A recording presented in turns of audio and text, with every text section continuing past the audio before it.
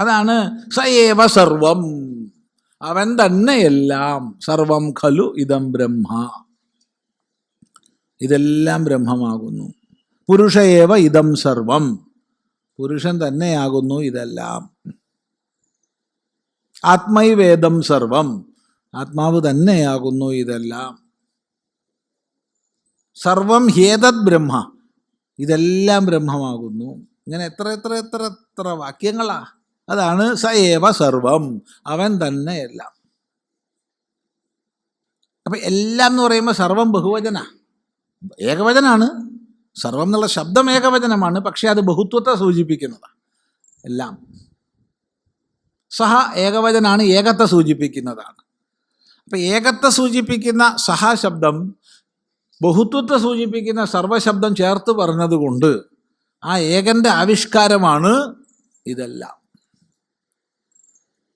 എല്ലാ വൈവിധ്യങ്ങളും ആ ഏകന്റെ ആവിഷ്കാരങ്ങളാണ്. അവൻ തന്നെ ഇതെല്ലാം. ഇതാണ് പരമമായ അദ്വൈത വീക്ഷണം നൽകുന്ന ഏകത്വം.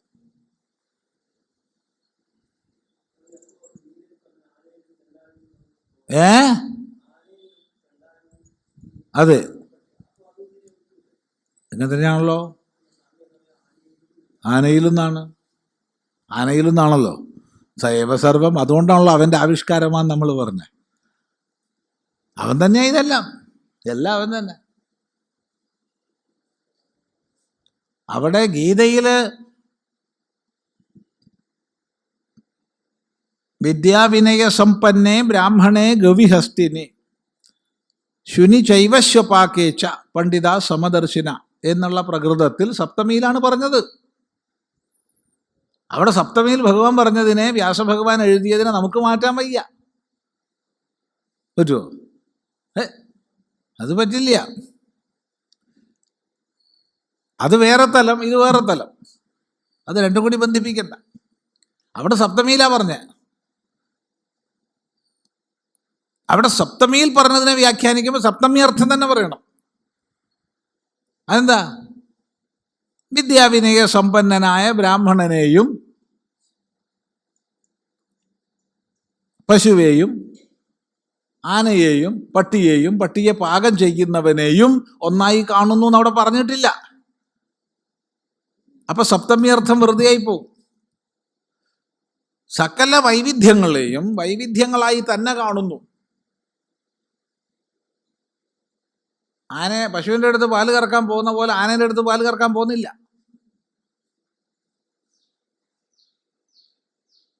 വിദ്യാവിനയ സമ്പന്നനായ ബ്രാഹ്മണനോട് പെരുമാറുന്നത് പോലെ ചണ്ടാളിനോട് പെരുമാറാൻ, ഇതിനെ പാകം ചെയ്ത് കഴിക്കുന്നവനോട് പെരുമാറാൻ പോകുന്നില്ല. പക്ഷേ എല്ലാവരിലും കുടികൊള്ളുന്ന ചൈതന്യം ഏകമാണെന്നറിയും. അതാണ് അവിടെ സപ്തമി അർത്ഥം അതിനാ പ്രയോഗിച്ചത്. ഇവിടെ മറ്റൊരു തലമാണ്.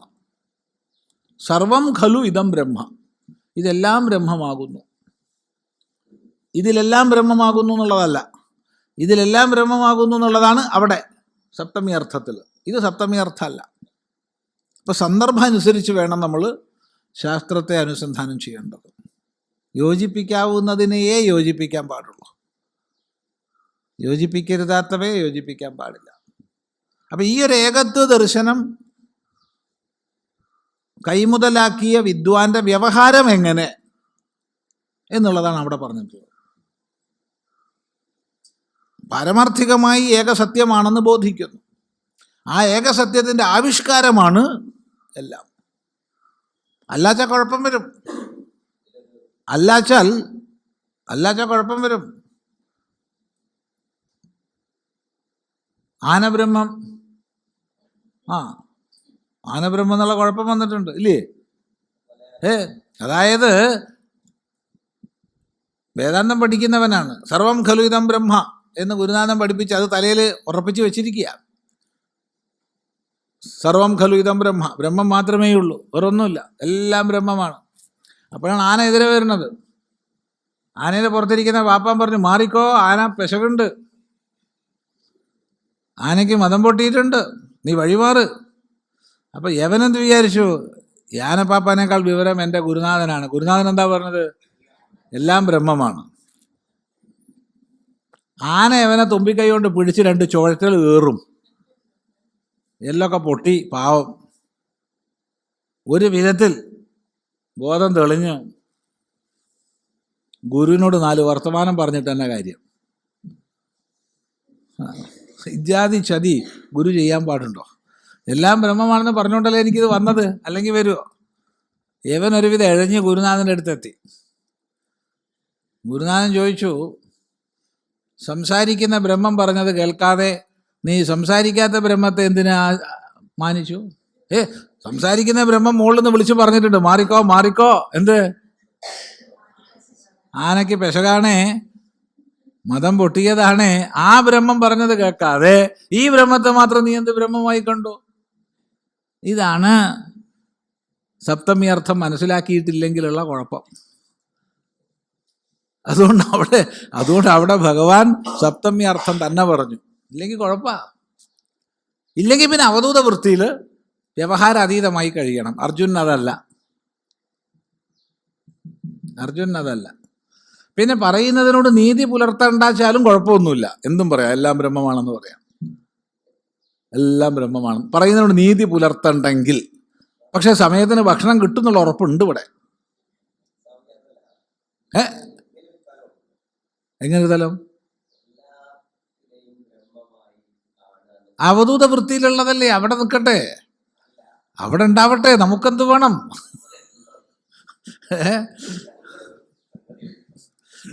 അറിയില്ല, ആത്യന്തികമായിട്ടുണ്ടാവും. ആത്യന്തികമായിട്ട് അങ്ങനെ ഒരു ദൃഷ്ടി ഉണ്ടാവാം. അവർ വ്യവഹാര ബാഹ്യന്മാരായിട്ട് കഴിയുന്നവരുമാണ്. അവരൊരിക്കലും വ്യവഹാരത്തിൽ കഴിയുന്നവരല്ല. വ്യവഹാര തലത്തിൽ അസാധ്യമാണ്. പിന്നെ ഇത് ബൗദ്ധിക വ്യാപാരം എന്ന രൂപത്തിൽ പറയാനും തർക്കത്തിൽ ഏർപ്പെടാനും കസർക്കാനൊക്കെ ഉള്ളവർക്ക് അതൊക്കെ പറയാം. കാരണം അതിൽ നിന്ന് ഭിന്നമായിട്ട് ഇപ്പുറത്ത് കൃത്യം എത്ര മണിക്കാണ് ചായ ഉള്ളത്? എത്ര മണിക്കാ? എത്ര മണിക്കാണ് അറിയില്ല. 10:30. അതാണ് പറഞ്ഞത്, 10:30 ചായ ഉണ്ട്. അത് കഴിഞ്ഞാൽ 1 മണിക്ക് ഊണില്ലേ? കുറച്ച് ദിവസം നല്ലൊരു വിഭവങ്ങളും നല്ലോണം ഉണ്ട്. ഇന്നലെ 2 ഉപ്പേരിയുണ്ട്, കറിയുണ്ട്, പപ്പടമുണ്ട്. ഇതൊക്കെ ഉറപ്പിച്ചിട്ടാണ് ഇവിടുന്ന് ബ്രഹ്മം എന്ന് പറയുന്നത്. അതിൽ യാതൊരു അർത്ഥവും ഇല്ല. അതുകൊണ്ട് ഇത് ബുദ്ധിതലത്തിൽ പറയാനുള്ള വസ്തു അല്ല. ഇത് ആണെങ്കിൽ നമുക്ക് പണ്ഡിതനായിട്ട് പണ്ഡിതരത്നം സ്വാമി ചിദാനന്ദപുരി പറയാം, ഇഷ്ടം പോലെ പറയാം. അതുകൊണ്ടാണ് ഭഗവാൻ ഭാഷ്യകാരൻ മിഥ്യാശബ്ദം കൊണ്ട് നമ്മളെ അനുഗ്രഹിച്ചിട്ടുള്ളത്. ഇല്ലെങ്കിൽ ഇല്ലെങ്കിൽ വലിയ പ്രശ്നം. നീതി പുലർത്താൻ പറ്റില്ല, എനിക്ക് പറ്റില്ല, പിന്നെന്താ? നിങ്ങൾക്കാർക്കെങ്കിലും പറ്റിച്ചാൽ പറ്റിക്കോട്ടെ, ഞാനില്ല.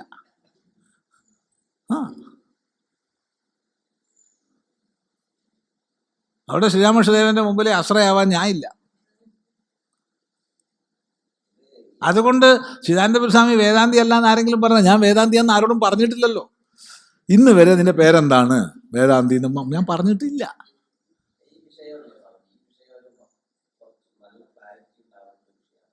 അതിനോടാണല്ലോ ഇങ്ങനെ പറയണത്. ക്ലാരിറ്റി ഉണ്ടാവേണ്ട വിഷയമായത് കൊണ്ടാണ് പറയുന്നത്.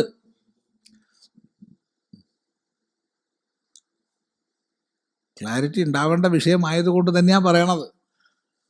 പറയുന്നത് പലർക്കും അഹിതമായിരിക്കും, അപ്രിയമായിരിക്കും, അത് നമുക്ക് നോട്ടമില്ല. കാരണം ഇത് ബൗദ്ധിക വ്യാപാരമല്ല. ഇത് അതിനപ്പുറത്ത് സ്വന്തം ജീവിതവും അനുഭവവും സാക്ഷാത്കാരവുമാണ്. ആ നിലയ്ക്ക് എടുക്കണം. അതുകൊണ്ട് ഭഗവാൻ സപ്തമി അർത്ഥത്തിൽ തന്നെ പറഞ്ഞു, വിദ്യാവിനയ സമ്പന്നേ ബ്രാഹ്മണേ. അതുകൊണ്ട് ഇപ്പം എന്നേക്കാൾ സീനിയർ ആയിട്ടുള്ള ഒരു സന്യാസി ഇവിടെ വന്നാൽ ഞാൻ നമസ്കരിക്കും. ഗുരുനാഥൻ എൻ്റെ ചോളിൽ കൈയിട്ടാൽ ഞാൻ ഗുരുനാഥൻ്റെ ചോളിൽ കൈയിടൂല.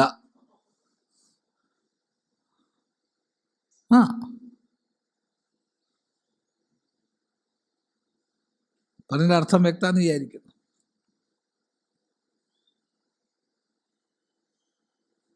എന്നേക്കാൾ ജൂനിയറായ ഒരു സന്യാസി വന്നാൽ ഇങ്ങോട്ട് നമസ്കരിക്കണം എന്നുണ്ട്. അതെന്തിനാണ്? നമസ്കാരപ്രിയരായതുകൊണ്ടല്ല, സമ്പ്രദായങ്ങൾ നിലനിൽക്കുന്നത് കൊണ്ടാണ് ഈ സംസ്കാരവും ധർമ്മവ്യവസ്ഥയും എല്ലാം നിലനിൽക്കുന്നത്. അതുകൊണ്ട് സപ്തമി അർത്ഥം തന്നെ വേണം. വിദ്യാവിനയ സമ്പന്നനായ ബ്രാഹ്മണന് തുല്യ സ്നേഹം മറ്റവനോടും ഉണ്ട്, സ്നേഹത്തിന് യാതൊരു കുറവുമില്ല. പക്ഷേ വിദ്യാവിനയ സമ്പന്നനായ ബ്രാഹ്മണനെ ബഹുമാനിക്കുന്ന പോലെ ശോഭാകനെ ഞാൻ ബഹുമാനിക്കൂല. സ്നേഹത്തിനൊരു കുറവില്ല, സ്നേഹത്തിന് കുറവില്ല. പശുവിനെ ഇരുത്തേണ്ട അടുത്ത് പട്ടിയെ ഇരുത്തില്ല, പട്ടിയെ ഇരുത്തേണ്ട അടുത്ത് പശുവിനെ ഇരുത്തില്ല. അല്ലെങ്കിൽ പശുവിനെ കൊണ്ടുപോയിട്ട് പട്ടിക്കൂട്ടിലിട്ടിട്ട് തൊഴുത്തിൽ കൊണ്ടുപോയി പട്ടീനെ കെട്ടണം. നാളെ രാവിലെ പാല് കറക്കുക, ഏതിൻ്റെ? പട്ടിയുടെ പാല് കറക്കുക, എന്നിട്ട് ചായയിൽ കൂട്ടുക. അത് പറ്റില്ല. അതുകൊണ്ട് സപ്തമി അർത്ഥത്തിന് പ്രാധാന്യമുണ്ട് വ്യവഹാരത്തിൽ. ഇല്ലേ, നീ അവധൂത വൃത്തി പോയിക്കോ, ഒരു പ്രശ്നമില്ല, അവിടെ സപ്തമി അർത്ഥമൊന്നും നോക്കണ്ട. വലിയൊരു പ്രശ്നമാണത്, വേദാന്ത വിചാരത്തിലെ വലിയ പ്രശ്നമാണ്. മാത്രമല്ല, അനധികാരികൾ ആധ്യാത്മിക പ്രഭാഷണം ചെയ്തിട്ട് ആകെ കൂടെ കുളമല്ല ചെറിയാക്കിയ വിഷയമായത്. നമ്മൾ സാധാരണ കുളാക്കുക എന്ന് പറയാറുണ്ട്, കുളമല്ല, ഇതിനപ്പുറത്തുള്ള തടാകമാക്കിയ വിഷയം. എല്ലാത്തിനെയും വിദ്വാൻ ബ്രഹ്മമായി കാണുന്നു. എടാ, നീ അങ്ങനെയാണോ കാണുന്നത്? പ്രഭാഷണം കഴിഞ്ഞ് ദക്ഷിണ അല്പം കുറഞ്ഞാൽ നിന്റെ മുഖം മാറുമല്ലോ.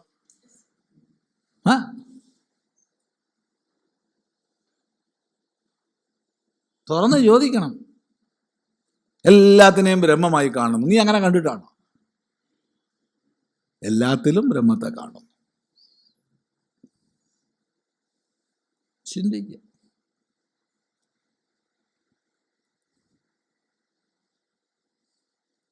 എല്ലാം ബ്രഹ്മം, സർവം ബ്രഹ്മം.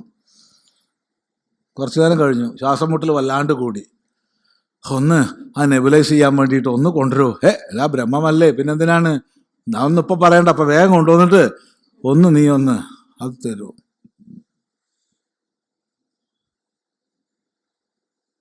അവിടെയാണ്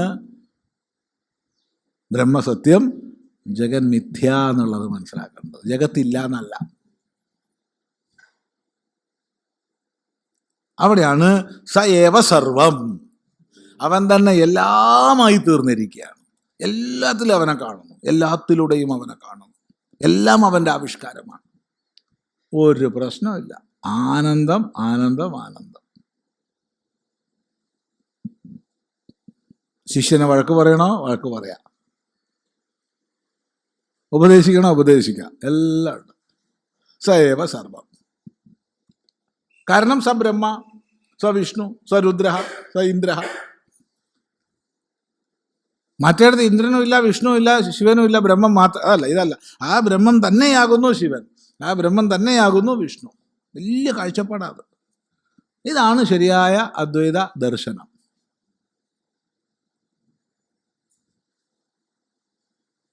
ചിന്തിക്കുക.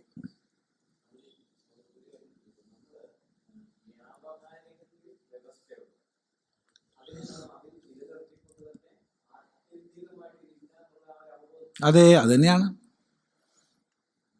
ആത്യന്തികമായി സത്യമേകം. ആ ഏകസത്യത്തിൻ്റെ ആവിഷ്കാരമാണിതെല്ലാം. അതുകൊണ്ട് വള എടുത്തിട്ട് കഴുത്തിലിടുന്നില്ല, മാല കയ്യിലും ഇടുന്നില്ല. അത്രയേ ഉള്ളൂ. മാലയ്ക്ക് മാലയുടെ ധർമ്മമെന്നും വളയ്ക്ക് വളയുടെ ധർമ്മമെന്നും എനിക്കറിയാം. പക്ഷേ രണ്ട് സ്വർണ്ണമെന്ന് എനിക്കറിയാം. ഞാൻ പണയം വെക്കാൻ പോകുമ്പോൾ ഇത് രണ്ടും നോക്കുന്നില്ല, അതിന് തൂക്കം മാത്രമേ നോക്കുന്നുള്ളൂ. അതാണ്. കഴിഞ്ഞു, പ്രശ്നം കഴിഞ്ഞു. ശരി. യദ്ഭൂതം യച്ച ഭവ്യം തത്സർവം സയേവ. എന്ത് കഴിഞ്ഞു പോയിട്ടുണ്ടോ, എന്തിനി വരാനുണ്ടോ, എല്ലാം ആ ഒന്ന് മാത്രം. അതുകൊണ്ടത് സനാതനമാണ്, ഒരിക്കലും നശിക്കാത്തത്. സനാതനം, ഒരിക്കലും നശിക്കാത്തത്. തം ജ്ഞാത്വാ, അതിനെ അവനെ അറിഞ്ഞാൽ, ആ പരമസത്യത്തെ അറിഞ്ഞാൽ മൃത്യുമത്യേതി മരണത്തെ അതിക്രമിക്കുന്നു. എങ്ങനെ? ചോദ്യം. അതെങ്ങനെയാ അതിനെ അറിഞ്ഞാൽ മരണത്തെ അതിക്രമിക്കുക?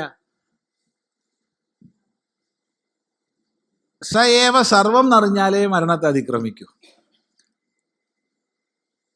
അല്ലാണ്ട് അതിനെ അറിഞ്ഞാൽ മരണത്തെ അതിക്രമിച്ചു എന്ന് പറഞ്ഞാൽ തെറ്റാ. അതുകൊണ്ടാണ് ആചാര്യൻ ഇവിടെ സയേവ സർവം എന്ന് പറഞ്ഞ ശേഷം ജ്ഞാത്വാത മൃത്യുമത്യേതി എന്ന് പറയുന്നത്. എന്താണ് ഇതിൻ്റെ വ്യത്യാസം? പറഞ്ഞുതരാം. നോക്കൂ, ഞാൻ ഈ ശരീരമാണ് എന്ന് നമ്മൾ ഭാവിക്കുന്ന കാലത്തോളം നമുക്ക് മരണമുണ്ട്. കാരണം ശരീരം ജനിച്ചതും മരിക്കുന്നതുമാണ്. അപ്പം ശരീരം ജനിച്ചതും മരിക്കുന്നതുമായതുകൊണ്ട് ശരീരമാണ് ഞാൻ എന്ന ബോധമുള്ള കാലത്തോളം സുനിശ്ചിതമാണ് മരണം. അതിൽ സന്ദേഹമില്ല. എന്നാൽ സയേവ സർവം എന്ന് പറഞ്ഞു, അവനാണ് എല്ലാം. അപ്പം ഞാൻ എന്ന് ഇന്നലെ വരെ മനസ്സിലാക്കിയ ഈ ദേഹസംബന്ധിയായ ഭാവം മാറി. ദേഹസംബന്ധിയായ ഭാവം മാറി. അപ്പം ഞാനാരാ? ഞാൻ ഈ അമൃതസ്വരൂപനാണ്. ഈ ബോധത്തിൽ നിന്നാണ് മരണത്തെ അതിക്രമിക്കുന്നത്. അല്ലാണ്ട് ശരീരം ഉണ്ടെങ്കിൽ ശരീരമുള്ള കാലത്തോളം മരണം ഉണ്ടാവും. ജ്ഞാത്വാ തം മൃത്യുമത്യേതി, ഈ ജന്മമരണരഹിതമായ സ്വരൂപമാണ് ഞാൻ എന്നറിയുന്നതോടുകൂടി അയാൾ മരണത്തെ അതിക്രമിച്ചു. ന അന്യപന്ഥാ വിമുക്തയെ, വിമുക്തയെ വിമുക്തിക്കായിട്ട് ന അന്യപന്ഥ, വേറെ വഴിയില്ല. വേറെ പലതും ചെയ്യാം നമുക്ക്, പലതിന് പല വഴികളുണ്ട്. പക്ഷെ വിമുക്തിക്ക് വേറെ വഴിയില്ല. എന്തുകൊണ്ട്? ബന്ധനം അജ്ഞാനമാണെന്നതുകൊണ്ട്. മരണം ശരീര താദാത്മ്യമാണെന്നതുകൊണ്ട്. ശരീര താദാത്മ്യമാണ് മരണം. അപ്പോൾ ശരീര താദാത്മ്യം പോയി പറഞ്ഞാൽ മുക്തിയായി. ഇവിടെ പ്രശ്നം നമ്മൾ എന്തിനെയാണ് ഞാൻ എന്ന് മനസ്സിലാക്കുന്നത് എന്നാണ് പ്രശ്നം. ഈ ജനിച്ചു മരിക്കുന്ന ഉപാധിയെ ഞാനെന്ന് മനസ്സിലാക്കുന്ന കാലത്തോളം മരണമുണ്ട്, ഉറപ്പാണ്. ആർക്കും മരണത്തെ ജയിക്കാൻ പറ്റില്ല. ഇതല്ല ഞാൻ, അമൃത സ്വരൂപനാണ് ഞാൻ എന്ന ബോധമുണ്ടെങ്കിൽ അയാൾക്ക് മരണം ഇല്ല. ആണ് ന അന്യപന്ഥാ വിമുക്തയെ, വിമുക്തയെ വിമുക്തിക്കായിക്കൊണ്ട് ന അന്യഃ പന്ഥ, എന്താ മറ്റൊരു വഴി ഇല്ല എന്നുറപ്പിച്ച് പറഞ്ഞു. നോക്കൂ, സ ഏവ സർവം യദ്ഭൂതം യച്ച ഭവ്യം സനാതനം ജ്ഞാത്വാ തം മൃത്യുമത്യേതി നാന്യഃ പന്ഥാ വിമുക്തയേ. സർവഭൂതസ്ഥമാത്മാനം സർവഭൂതാനി ചാത്മനി സംപശ്യൻ ബ്രഹ്മ പരമം യാതി നാന്യേന ഹേതുനാ. സർവഭൂതസ്ഥമാത്മാനം സർവഭൂതാനി ചാത്മനി സംപശ്യൻ ബ്രഹ്മ പരമം യാതി നാന്യേന ഹേതുനാ. സർവഭൂതസ്ഥമാത്മാനം സംപശ്യൻ, സർവഭൂതാനി ച ആത്മനി സംപശ്യൻ, രണ്ടിനോടും ചേർത്ത് സംപശ്യൻ എന്നുള്ളത് പറയുക. സംപശ്യൻ നല്ലപോലെ കാണുന്നവൻ, പശ്യൻ കാണുന്നവൻ, പശ്യൻ കാണുന്നവൻ, പശ്യത് ശബ്ദമാണ്.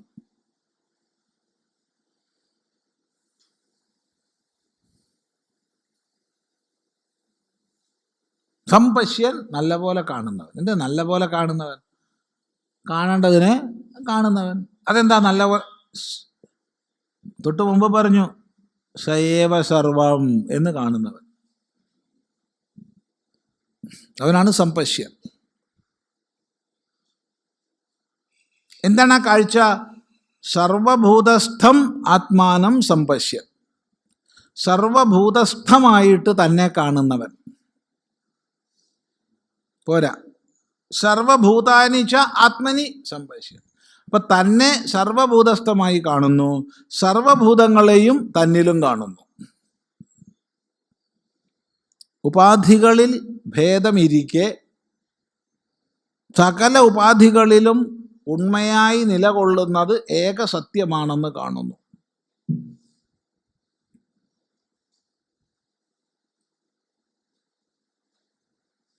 ഇതാണ് ഔപനിഷദമായ ദർശനത്തിൻ്റെ പരമാവധി.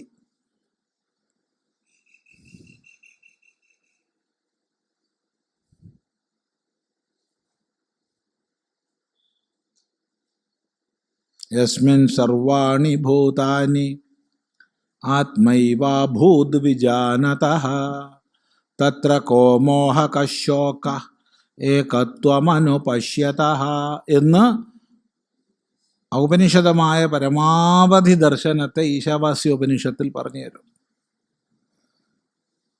യാതൊരാളിൽ സകല ഭൂതങ്ങളും താൻ തന്നെയായിരിക്കുന്നു. വിജ്ഞാനബലം കൊണ്ട് അവിടെ എന്ത് ശോകം, എന്ത് മോഹം? അവിടെ ദ്വന്ദ്വങ്ങളില്ല, അവിടെ മരണമോ ജനനമോ ഇല്ല. അതാണ്. ഇപ്പൊ സർവഭൂതസ്ഥമായിട്ട് തന്നെ, സർവഭൂതങ്ങളുടെ അവിടെ ബഹുവചനമുണ്ട്, എല്ലാം ഞാനാന്നല്ല, സർവഭൂതങ്ങളും ഉണ്ട്. ബ്രഹ്മാവ് മുതൽ പുൽക്കൊടി വരെ, അഥവാ അതിനേക്കാൾ മേപ്പെട്ട് അതിനേക്കാൾ കീഴ്പ്പെട്ട ഒക്കെ ആവട്ടെ, ഈ സർവചരാചരങ്ങളിലും കുടികൊള്ളുന്ന ചൈതന്യം ഞാനാണ്. അതാണ് സർവഭൂതസ്ഥം ആത്മാനം സംപശ്യൻ. പോരാ, ആത്മനി സർവഭൂതാനി സംപശ്യൻ, തന്നിൽ സകല ഭൂതങ്ങളെയും കാണുന്നു. ഏകമാണ് സത്യം എന്നതുകൊണ്ട് എന്നിൽ ഞാനായിരിക്കുന്നത് തന്നെയാണ് സകല ചരാചരങ്ങളിലും അതതായി നിലകൊള്ളുന്നത്.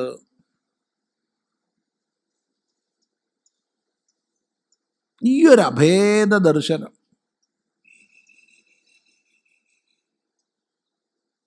ആർക്കുണ്ടോ അവൻ സംപശ്യൻ. ഇത് പ്രസംഗിക്കാൻ വളരെ എളുപ്പമാണ്, പഠിപ്പിക്കാൻ വളരെ എളുപ്പമാണ്. എന്നാൽ ഈ പ്രക്രിയയിലൂടെ ആദ്യം ഔപനിഷദമായ വാച്യാർത്ഥം മനസ്സിലാക്കി, പിന്നെ ലക്ഷ്യാർത്ഥം മനസ്സിലാക്കി, ശ്രവണ മനന നിധിധ്യാസങ്ങളിലൂടെ സത്യമേകമാണ് എന്ന് ബോധിച്ച സ്ഥിതിയാണ്.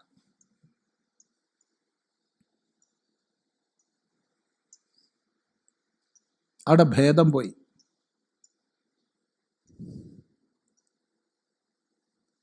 ഈ ഏകദൃഷ്ടിയോട് കൂടിയവൻ പരമം ബ്രഹ്മയാതി, പരമമായ ബ്രഹ്മത്തെ പ്രാപിക്കുന്നു എന്നുള്ളത് നമ്മൾ പല പ്രാവശ്യം ചിന്തിച്ചു, ഉപചാരമാണ്.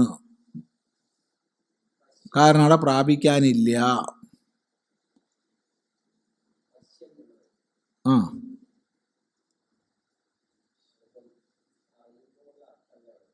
അതെ, അറിയുക, കാണുക. കാണുക എന്ന് പറഞ്ഞാൽ അറിയുക, അങ്ങനെ അറിയുന്നവൻ, കാണുന്നവൻ. അല്ലാണ്ട് കണ്ണിൻ്റെ വൃത്തിയല്ല അത്, കണ്ണിൻ്റെ വൃത്തിയായിട്ട് എടുക്കരുത്.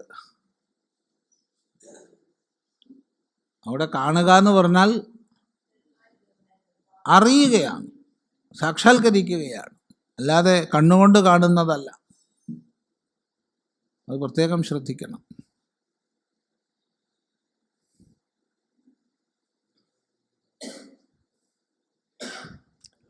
ന അന്യേന ഹേതുന, മറ്റൊരു ഹേതുവിനെ കൊണ്ടും, മറ്റൊരു കാരണത്തെ കൊണ്ടും, മറ്റൊരു വഴിയെ കൊണ്ടും ഈ പരമമായ ബ്രഹ്മത്തെ പ്രാപിക്കുന്നില്ല. ഈ ഏകത്വ ദർശനം മാത്രമാണ്. അതുകൊണ്ടാണ് ആദ്യം സ യാതി എന്ന് ഉറപ്പിച്ച് പറഞ്ഞ് രണ്ടാമത് നിഷേധിക്കുന്നത് വേറെ ഒരു വഴിയിലൂടെയും സാധ്യമല്ല. അന്യേന ഹേതുന. ഈ തത്വജ്ഞാനമല്ലാതെ, ഈ അറിവല്ലാതെ ബ്രഹ്മസാക്ഷാത്കാരത്തിന് വേറെ വഴി ഇല്ല. അതാണ് കഴിഞ്ഞ രണ്ട് മന്ത്രങ്ങളിലും ഒന്ന് തന്നെയാണ് ആവർത്തിച്ചത്. നാന്യപന്ഥാവിമുക്തയെ എന്ന് പറഞ്ഞു മുൻ മന്ത്രത്തിൽ. അന്യേന ഹേതുനാന്ന് ഇവിടെയും പറഞ്ഞു. അപ്പം അതുകൊണ്ട് ഈ ആത്മവിജ്ഞാനം മാത്രമേ മുക്തിയുള്ളൂ. ഈ ആത്മവിജ്ഞാനം മാത്രമാണ് സർവാത്മദൃഷ്ടി. സർവാത്മദൃഷ്ടി മാത്രമാണ് മുക്തി. അല്ലാണ്ട് മുക്തി പറഞ്ഞിട്ട് വേറൊന്നും കിട്ടാനില്ല. സർവാത്മദൃഷ്ടിയാണ് മുക്തി. ഈ സർവാത്മദൃഷ്ടി ജീവിച്ചിരിക്കുമ്പോഴല്ലാതെ മരിച്ചിട്ട് കിട്ടുക ഇല്ല. അപ്പം മുക്തി എപ്പോഴാ? ജീവിച്ചിരിക്കുമ്പോഴാണ്, മരിച്ചിട്ടല്ല.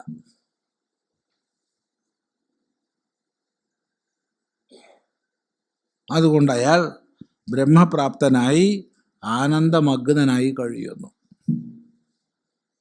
അതാണ് താത്പര്യം. അപ്പോൾ ഇത് വലിയ വലിയ ആശയങ്ങൾ പറയാൻ, പ്രസംഗിക്കാൻ വളരെ എളുപ്പമാണ്. പലപ്പോഴും നമുക്ക് പറ്റിപ്പോകുന്ന വലിയൊരു വീഴ്ച, വലിയ ആശയങ്ങളെ പറയും, പക്ഷേ അതിനനുസരിച്ച് നമ്മൾ എത്തൂല. അപ്പോൾ ദ്വന്ദ്വം ശേഷിക്കും. അതുകൊണ്ട് ഉപാസന എന്നുള്ളത് മുഖ്യമാണ്. ഉപാസനയിലൂടെ ഈ ഒരു തലത്തിലേക്ക് ഉയരണം.